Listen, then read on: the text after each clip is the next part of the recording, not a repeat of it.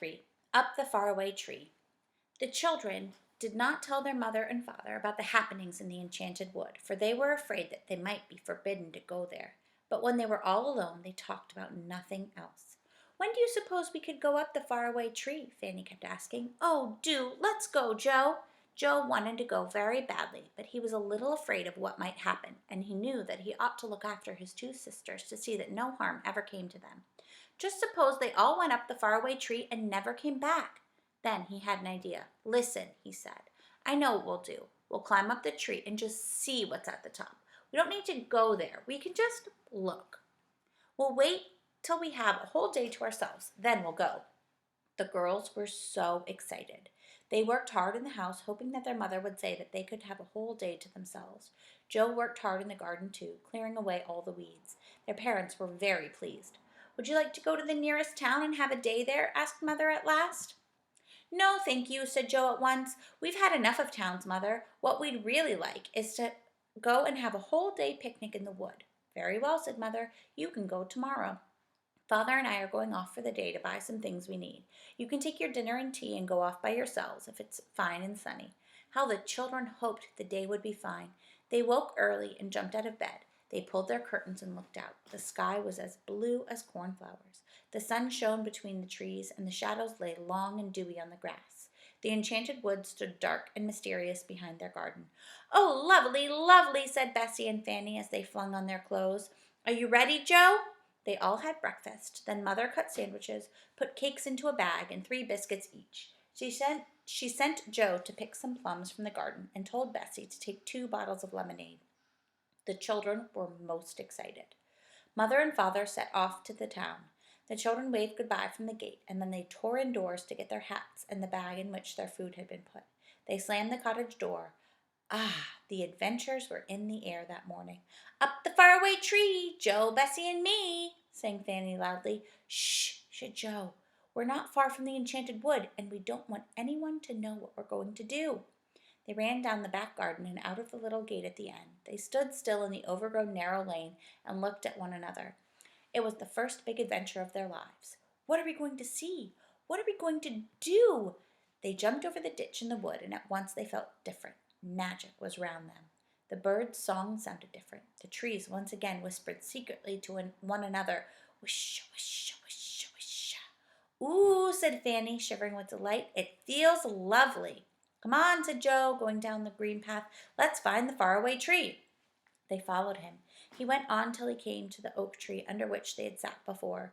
There were 6 toadstools, too, on which the elves had held their meeting, though the toadstools looked rather brown and old now. Which is the way now? Said Bessie, stopping. None of them knew. They set off down a little path, but they soon stopped, for they came to a strange place where the trees stood so close together that they could go no farther. They went back to the oak tree. Let's go the other way, said Bessie. So they set off in a different direction, but this time they came to a curious pond, whose waters were pale yellow and shone like butter.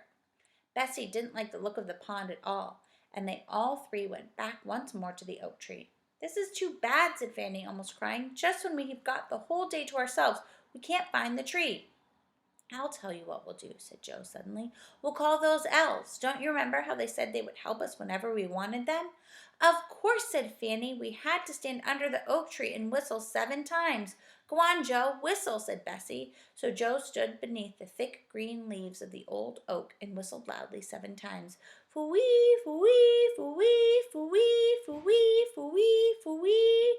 The children waited. In about half a minute, a rabbit popped its head out of a nearby rabbit hole and stared at them. What do you want? Said the rabbit in a furry sort of voice. The children stared in surprise. They had never heard an animal speak before.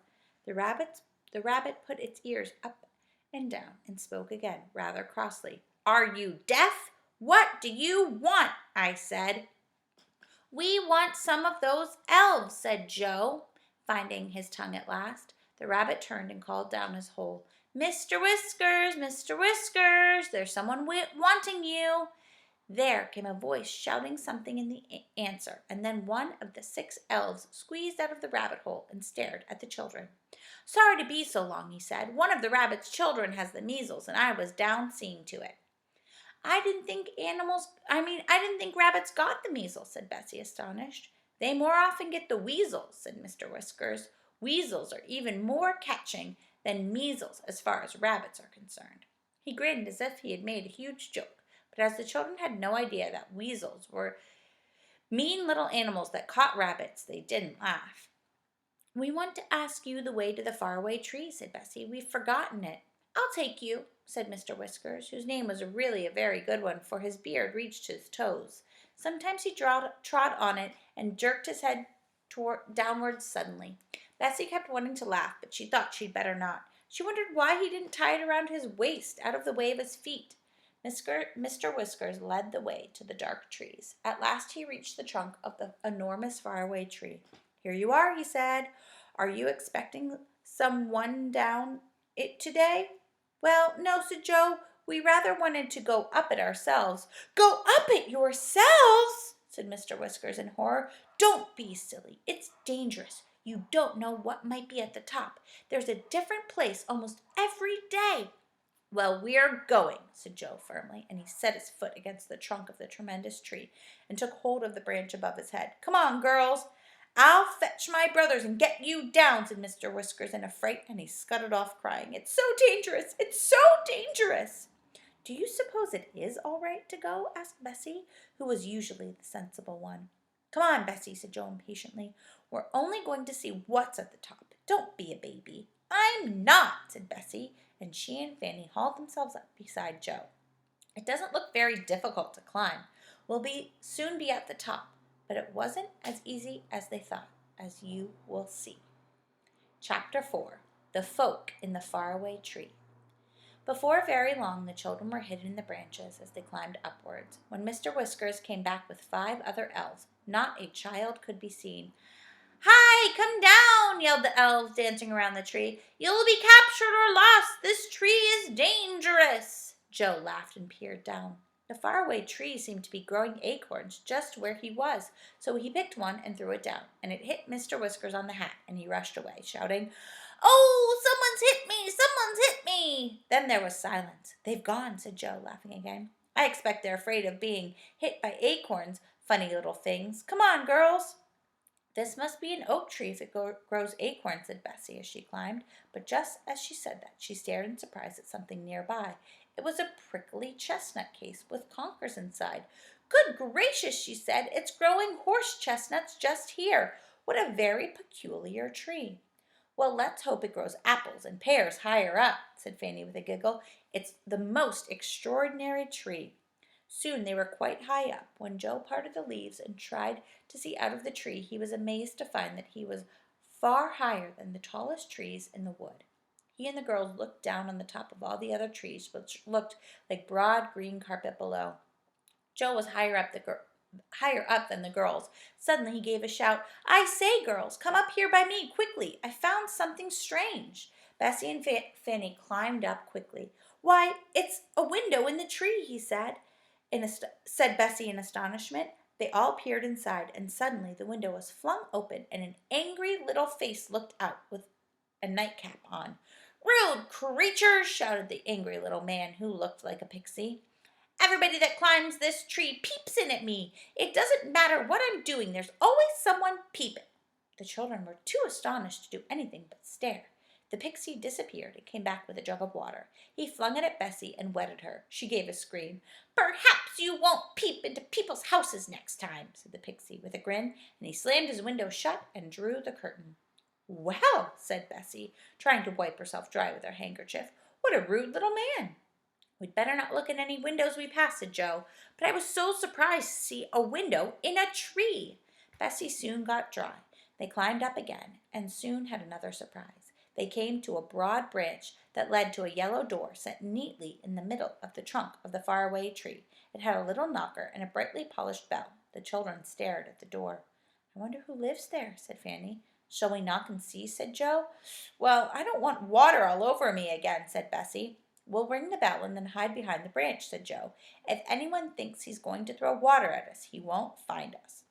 So Joe rang the bell, and they all hid carefully behind a big branch, and a voice came from inside the door. "I'm washing my hair. If that's the butcher, please leave a pound of sausages." The children stared at one another and laughed. It was odd to hear of butchers coming up the faraway tree. The voice shouted again, "If it's the oil man, I don't want anything. If it's the red dragon, he must call again next week." "Good gracious," said Bessie, looking rather frightened.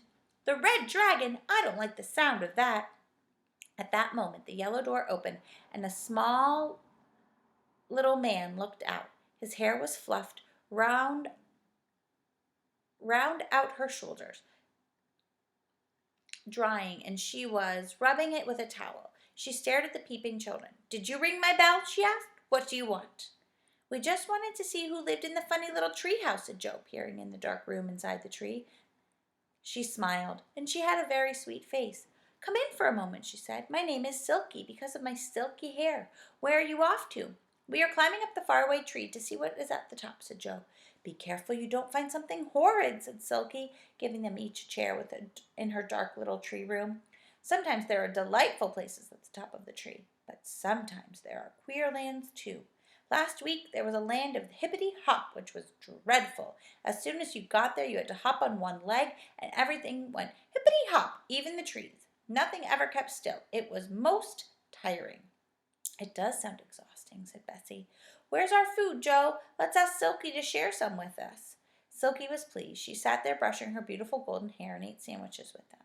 She brought out a tin of pop biscuits, which were lovely. As soon as you bite into them, they went pop, and you suddenly found your mouth filled with new honey from the middle of the biscuit. Fanny took 7, one after another, for she was very greedy. Bessie stopped her. "You'll pop if you eat any more," she said. "Do a lot of people live in this tree?" asked Joe. "Yes, heaps," said Silky. "They move in and out, you know. I'm always here. So is Angry Pixie down below." "Yes, we've seen him," said Bessie. "Who else is here?" "There's Mr. What's-his-name above me," said Silky. "Nobody knows his name. He doesn't know it himself, so we call him Mr. What's-his-name. Don't wake him if he's asleep. He might chase you. Then there's Dame Washalot. She's always washing, and as she pours her water down the tree, you've got to look out for waterfalls." "This is the most interesting and exciting tree," said Bessie, finishing her cake. "Joe, I think we ought to go now, or we'll never get to the top. Goodbye, Silky. We'll come and see you again one day." "Do," said Silky. "I'd like to be friends." They all left the dear little round room in the tree and began to climb once more. Not long after, they heard a peculiar noise somewhere. It sounded like an airplane, throbbing and roaring. "But there can't be an airplane in this tree," said Joe. He peered all around, and then he saw what was making the noise. A funny old gnome sat in a deck chair on a broad branch, and his mouth wide open, his eyes fast shut, and snoring hard. "It's Mr. What's-his-name," said Bessie. "Gracious, what a noise he makes! Mind we don't wake him." "Shall I put a cherry in his mouth and see what happens?" asked Joe, who was all ready for a bit of mischief. The faraway tree was growing cherries all around them for a change, and there were plenty to pick. "No, Joe, no," said Bessie. "You know what Silky said. He might chase us. I don't want to fall out of the faraway tree and bump down from bough to bough if you do."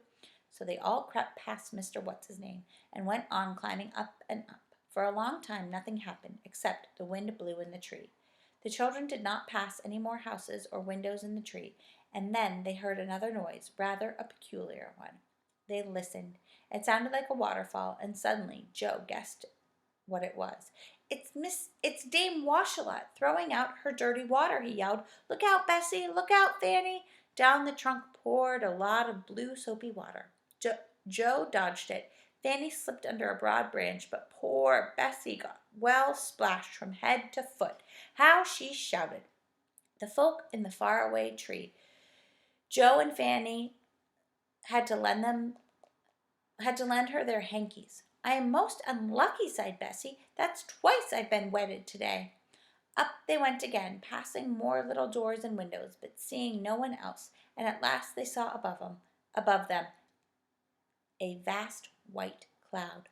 "Look," said Joe in amazement. "This cloud has a hole in it, and the branches go up, and I believe we're at the very top of the tree. Shall we creep through the cloud hole and see what land is above?"